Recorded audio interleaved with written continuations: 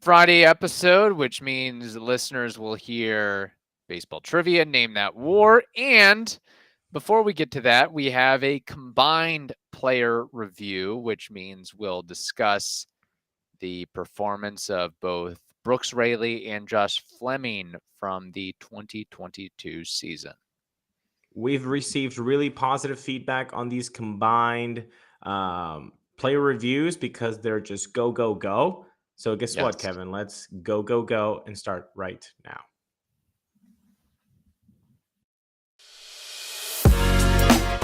You are Locked On Rays, your daily Tampa Bay Rays podcast, part of the Locked On Podcast Network, your team every day.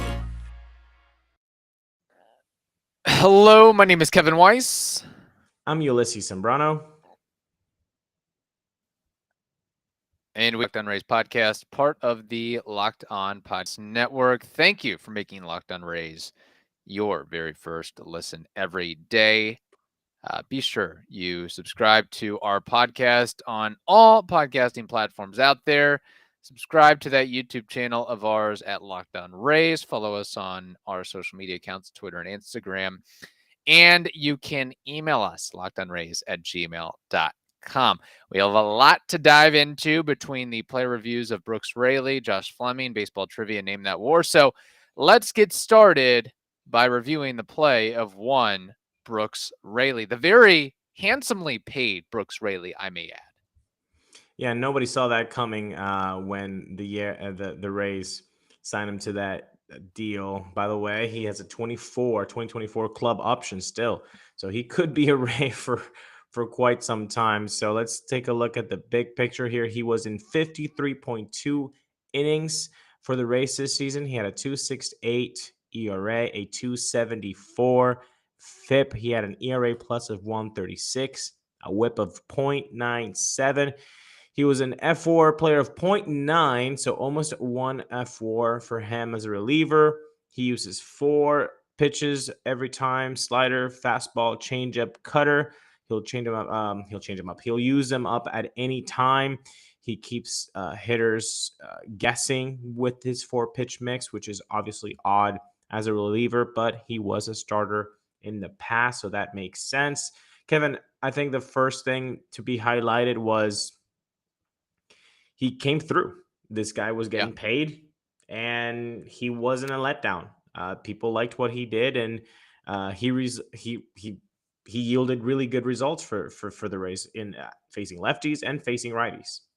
Yeah, he was a really solid return on the investment for the Rays. They don't typically dole out that kind of money, let alone for a reliever. And I think that the numbers speak for themselves. He was just about everything that you could expect from the contract that he was given, and the performance that he put up. If you look at the Savant page, I mean, everything just screams Yep. really, really productive and solid across the board between the strikeout rate, the walk rate, the hard hit percentage, the whiff percentage, the barrel percentage. I mean, it's the chase rate, all really, really good markers. And you would assume that from a guy that was given the contract that he was, and the type of repertoire that he has. And again, it's not just yielding deception versus lefties; it's righties as well. So I think that he posted and he was about as productive as you would expect. That's the good I got for him. And I mean, I guess we can move along because we got combined player reviews. We also got to talk about Josh Fleming, and you talk about uh, you talk about a flip of a script there between the performance of Brooks Raley and Josh Fleming. Oh boy. But getting to I guess, unless there's anything else you want to highlight with Brooks Raley as far as the positives, I mean, the numbers and everything we mentioned kind of speak for themselves, I would say. Yeah, no. If you want to just get a little summary, just go to look at the Savant page, and then the reds are the 98s. The Yeah. 99s are going to hit you in the face like a blank truck. But I would have to just add one more thing, which is he can be used for more than one inning once every month. He was used Right. once every month, basically on average, more than one inning. So he does give you flexibility on that end of the spectrum, which is of course something good to have in the bullpen because ultimately you're going to lean on bullpens more in the playoffs. And so a guy that can give you more than one inning at a time is definitely very valuable.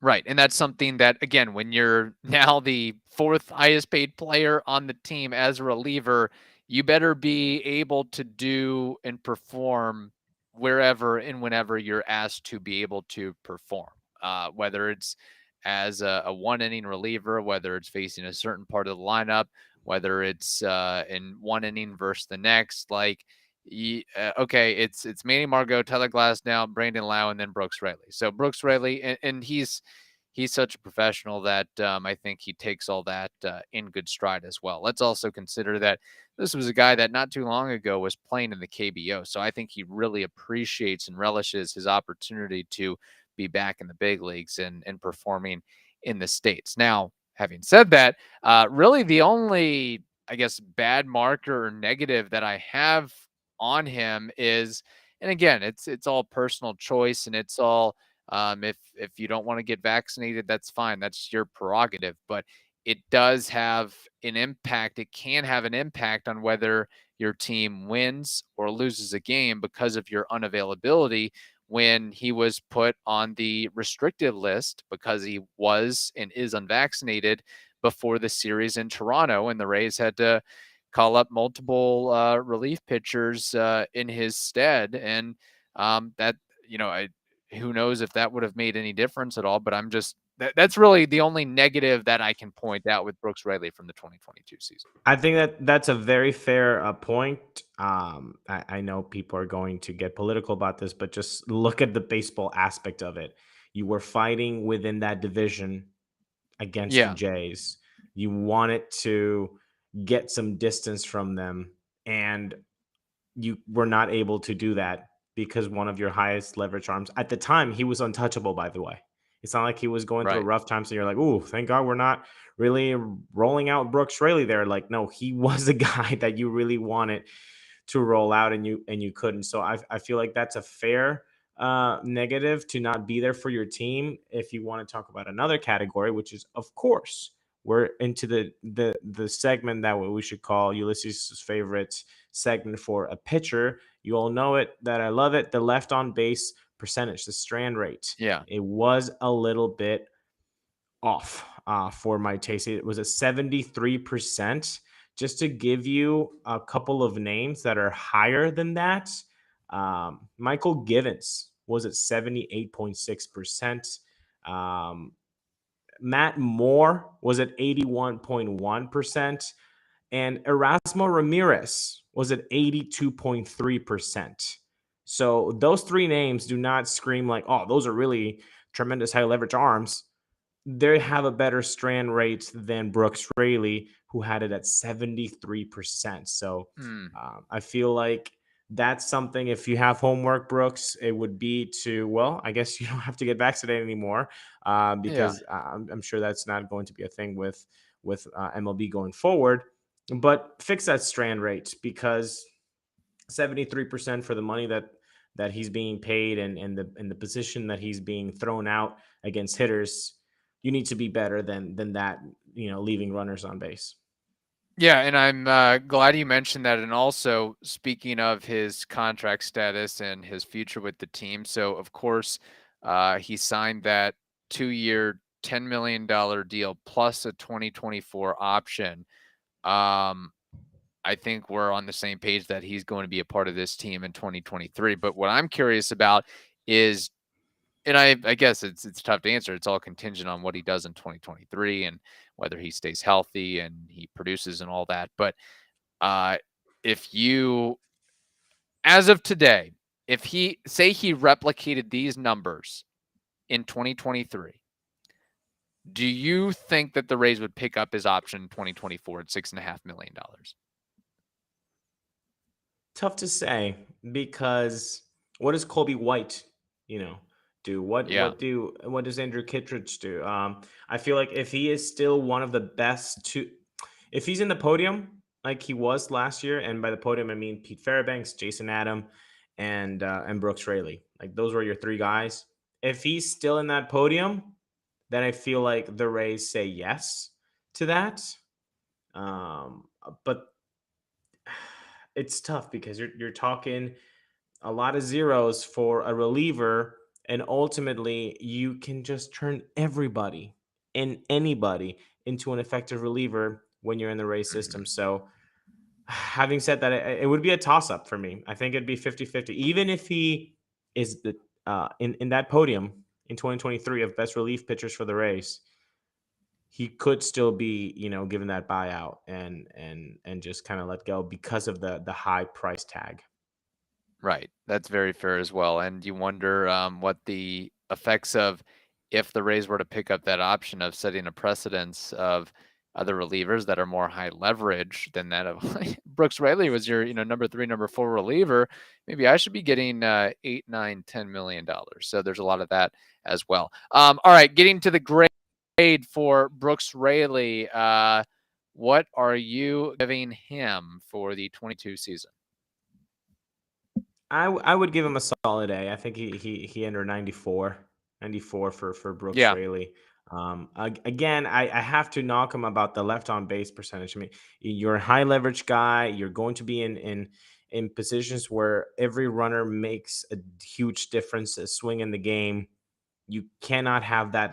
Matt Moore in 2022, Erasmo Ramirez in 2022 Right. cannot have a better left on base strand rate than you do, Brooks. That just cannot happen. Yeah. I'll also give him a 94 as well. I had A listed here, and I'll just go with the lower A, if you will. So again, Yeah.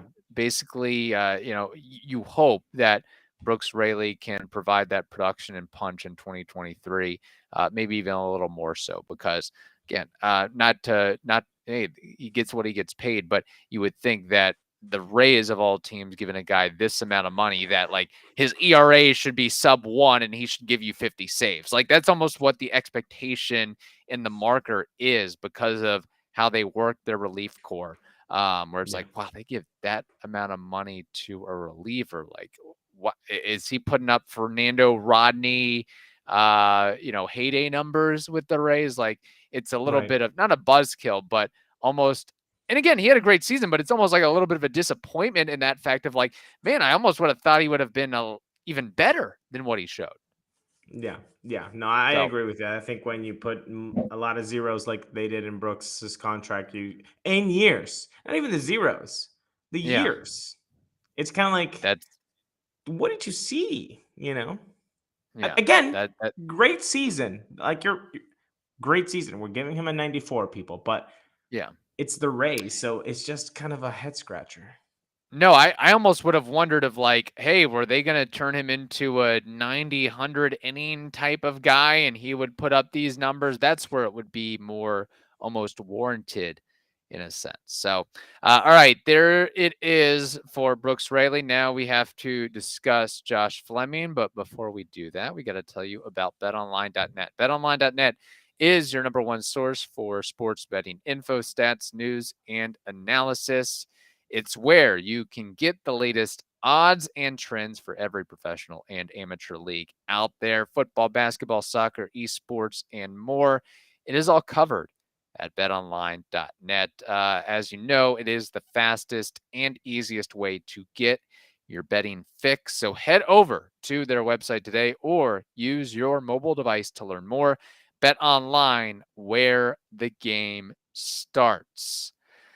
All right, before we get into trivia and Name That War on this Friday episode, let's dive into the play and performance or lack thereof of Josh Fleming from 2022. Not a great season for Mr. Fleming overall. The numbers are not going to be pretty, so hold on to your seats, people. 35 innings, a 6.43 ERA, a 189 WHIP. That's a negative 0.1 F4. He had an ERA plus of 57. That's not good. 100 would be average. So he is at 57. Overall, I think just not a whole lot of positives that we No. can mention here with Fleming. I guess the biggest positive would be that he was available. If the Rays had wanted to use him more, it's not like he Mm-hmm. was on the shelf with health issues or anything like that. It's just that the performance wasn't there, so they didn't use him as much as we might have thought that they were. But he was healthy. I guess that would be the positive. Yeah, it's really health, and he has a deep repertoire of pitches, whether they're effective or not. He does have a lot at his disposal between the sinker, the changeup, the cutter, the curveball. He fields his position well. That's a positive. Yes. Now, Yes. all joking aside, when he was sent back down to Durham, he put up really solid numbers across the board for Durham. Of course, what's a little bit concerning, and we know this about Fleming, is the strikeout rate or the punchies and not being able to really deliver those. And if you're not really delivering those at the AAA level, what can we expect at the major league level? And I guess that kind of transitions. I mean, that's we don't there weren't many positives at all with Josh Fleming from 2022. So we might as well move on to what went wrong with him, which was a lot, of course, getting torn up versus righties, which I wonder if and I guess we're even fast forwarding a little bit to what his future is with the team, because if the Rays DFA Javi Guerra and Ryan Yarbrough, what does that mean for Josh Fleming going forward? But I think that overall with Josh Fleming, what concerns me is he is a ground ball pitcher and a pitch to contact guy. And with the elimination of the shift, does that not put greater priority on guys who can miss bats? So I wonder what that screams to his future going forward. But I mean, if we're just speaking about the, what went wrong for him, I'm sure Ulises, you'll get into the numbers a little bit, but just big picture, overarching theme, I just think that we may have had a little bit of unrealistic expectations following the 2020 season, where we've talked about this with hitters. Anybody can come up and show out for a month, 2 months, for 3 months, but can you continue that year in, year out, season in, season out? And then we go back a little bit after the 2020 season. 2021 wasn't all that hot for Josh Fleming either in a big league uniform. And we remember the disaster, the monstrosity that was that 10 earned run, 3 innings pitch output versus the Red Sox. And I almost wonder if it's almost getting to the point of not necessarily a stuff thing, but a mental thing with him. I mean, you're thrown out there and you're giving up 10 earned runs, and he had other really bad outings over that season as well. Like, is he ever going to figure it out, or really ever gain the confidence to attack and go after big league hitters and do what needs to be done? Did you actually look that one up, or did you store that in your baseball memory file of 10 I runs in 3 innings? remembered the outing. But I didn't remember how many earned runs he gave up. I remembered it was slow pitch softball to the nth degree for Josh Fleming. So I wasn't sure, hey, was it 8 earned runs or 9 earned runs or 10 earned runs? So I did want to research that and look that up. But yeah, not good. I have it filed, so I'm really I'm glad that you brought it up, because I have it so filed that I know Dietrich Enns was the pitcher that also pitched during that game. I don't even have to look that up, but it was Yeah. such a horrific outing for Josh Fleming, and that wasn't even in 2022, and we're talking 2021. Yeah. So it's been back to back underperforming years for Josh.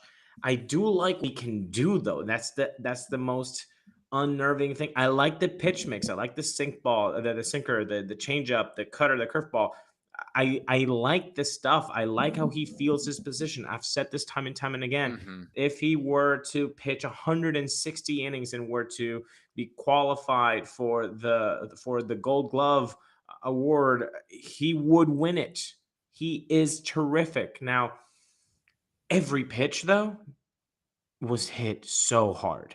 So hard. Just ungodly numbers. The sinker usage went up by 10 points somehow this year. and the batting average went up by 70 points. They hit him at 340 at that sinker. The slugging went up by 90 points. They slugged 500 against the sinker. Everything was hit super, super hard. Now, as a caveat, and I didn't know if we could put this in the positive, but the BABIP was rather high at 402. Right. But also, if you're getting hit hard all the time, and if the exit velo is more than 90%, more than 90 miles an hour, well, things are going to fall in, and so I don't know. I feel like the future with Josh Fleming. Now that we can move on to the future with Josh, it's cloudy. It's cloudy for Yeah. me. I will not put my hand on the fire saying that he will be pitching for the Rays in 2023. I can't do that. I don't Yeah. think any Rays fan could put their green skittles on BetOnline saying, yeah, I would for sure 100% think that Josh Fleming will at least pitch 35 innings for the Rays in 2023, which is exactly what he pitched in 2022. But I don't know what is coming for him. Question. Do you think that his role should be altered in the sense of, okay, we know he has or had shown the ability to go multiple innings, but maybe just turn him into a lefty only guy, only face lefties exclusively? Yes, but the issue now with the 3 batter minimum, it's like you're gonna hit a righty. You're gonna hit a couple righties if they pinch hit. Yeah. So you're going to have to get ready for that. And the splits were not pretty, people. I mean, a 120 whip against lefties, a 231 whip against righties. Like not playable. Like not playable at all against right-handed hitters. So that would be, I guess, in a perfect world, yes, just face lefties. And even then, it's not like you're going to get, through, unscathed. But yeah, I don't know what to think of Josh Fleming's future. I think the only thing to say is that it's cloudy. It's nebulous. Well, It's he not clear. does have an option remaining, so I guess that does work in his favor. But do you see Sure. him being in the Rays organization uh opening day 2023? Not Not necessarily at making the roster, but in the organization. Yeah, not as anything more than depth. Okay. Because we've talked endlessly about the rotation being said. They only want a fifth guy to be a veteran to kind of help out Yoni Chirinos' workload and everybody else's, and maybe Luis Patino if they still want him as a starter. We've said that he should be perhaps the next Alex Colome. But yeah, I think that because of the option, then I think he would be a good depth Yeah. piece for the race to have. In a perfect world, he would have been or could have been the replacement for Ryan Yarbrough. Ryan Yarbrough gets too expensive. You dump him. And then, Sure. okay, we know that Josh Fleming can give you 110, 120, 130 innings, with a 4.5 ERA or whatever it may be. Not a lot of strikeouts. We know what he brings to the table. We're not going to try to force him into what he's not. But I mean, you can't say with a straight face that, yeah, Josh Fleming's going to turn it around and give you 120 innings and do it at the big league level. Like I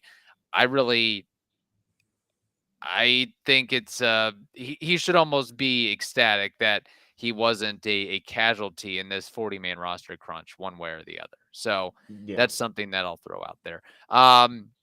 And also, I mean, we kind of knew this or expected this, that he wasn't included on the Rays roster for the AL wildcard series. And his postseason numbers aren't too hot by any means either. So, yeah, so there it is with Josh Fleming. What grade are you giving him for 2022 with the Rays?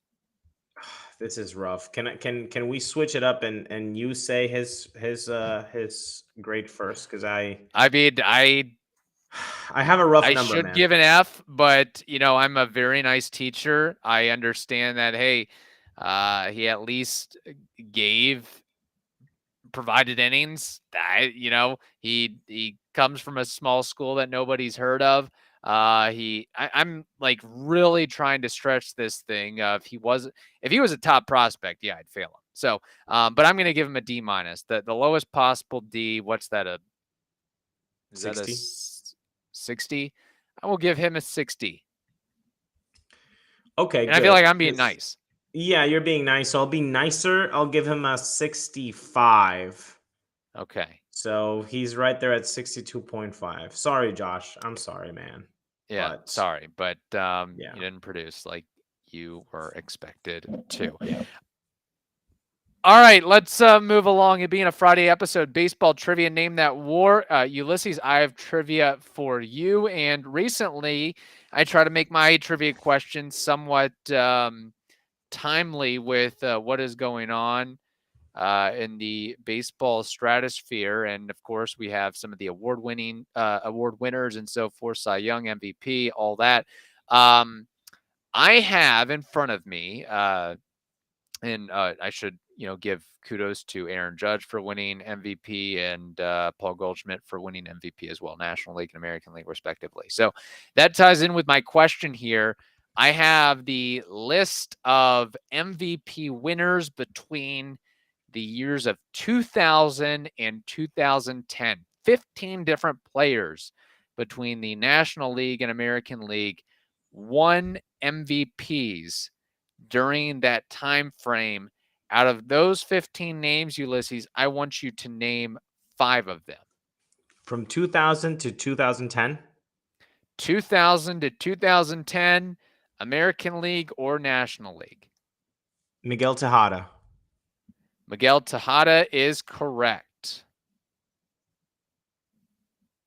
Alex Rodriguez. Alex Rodriguez multiple times is correct. Joe Mauer. Joe Mauer is correct.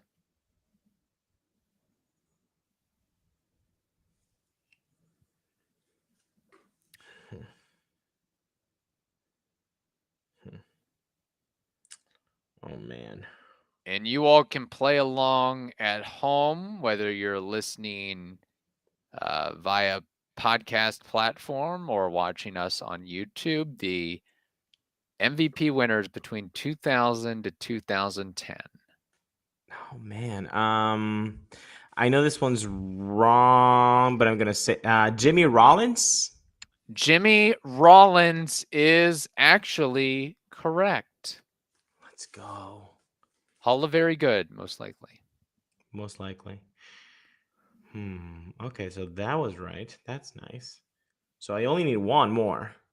Only need one more, and you have 3 strikes. You could be like Taylor Walls and not do anything with it. You could have a blank canvas and foul off all your pitches. Watch out. Taylor Walls fans are screaming at Coming the for screen me right now. Yeah.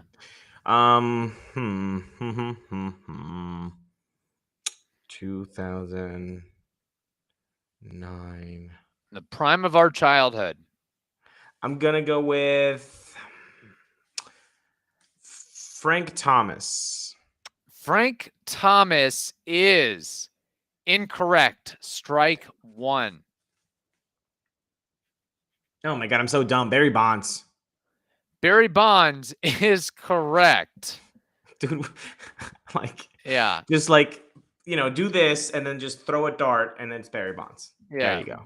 Bury the lead there a little bit. So very good. Yeah. You got 5 names relatively quickly. I'll give the others here. Jeff Kent, Jason Giambi, Ichiro Suzuki, Vladimir Guerrero, somebody named Albert Pujols, Ryan Howard, Justin Morneau, one of the little engine that could, Dustin Pedroia, Joey Votto, and Josh Hamilton. Josh Hamilton, yes. That was the other one as well. So, yeah. Yep, that's very good on the trivia question there. And cool. Be very curious to watch the YouTube comments as well to see if anybody piped in on some of those others there without cheating and looking that up. So, I would like that. There it is. It would be nice. It would be nice to know if they did cheat or not, those comments. I'm gonna check them out later on. Well, for the Name That War portion, of course, if you followed the show, you know how it works. We take a non-active player on Baseball Reference, and we try to guess his career WAR by just using our baseball knowledge in our dome. So, without further ado, today's non-active player that we want to know his career Baseball Reference WAR is Matt Stairs. What is Matt Matt Stairs' Stairs. career WAR according to Baseball Reference? I don't know if this, I mean, it doesn't add anything at all, but I believe he's Canadian. I know he's like the pinch hit home run king. And if I had to guess, he's probably got somewhere between like 210 to 230 career home runs. I remember his days playing with the Chicago Cubs. I don't think he provided much of anything defensively. Had to at least play a decade in the league. Definitely has his pension. Maybe played like 12 to 14 years. Oh boy. B-Ref WAR. I will say 18 for. Not bad at all. Matt Stairs would probably agree with you that he should be 18 WAR, but in fact, Baseball Reference has him at 14.1. And honestly, looking at his slash line, like, man, that's. Tell me if you wouldn't like this slash line for a Rays acquisition this year. A 262 batting average, a 356 on base, 477 slug. That's an 832 OPS, a 117 OPS plus.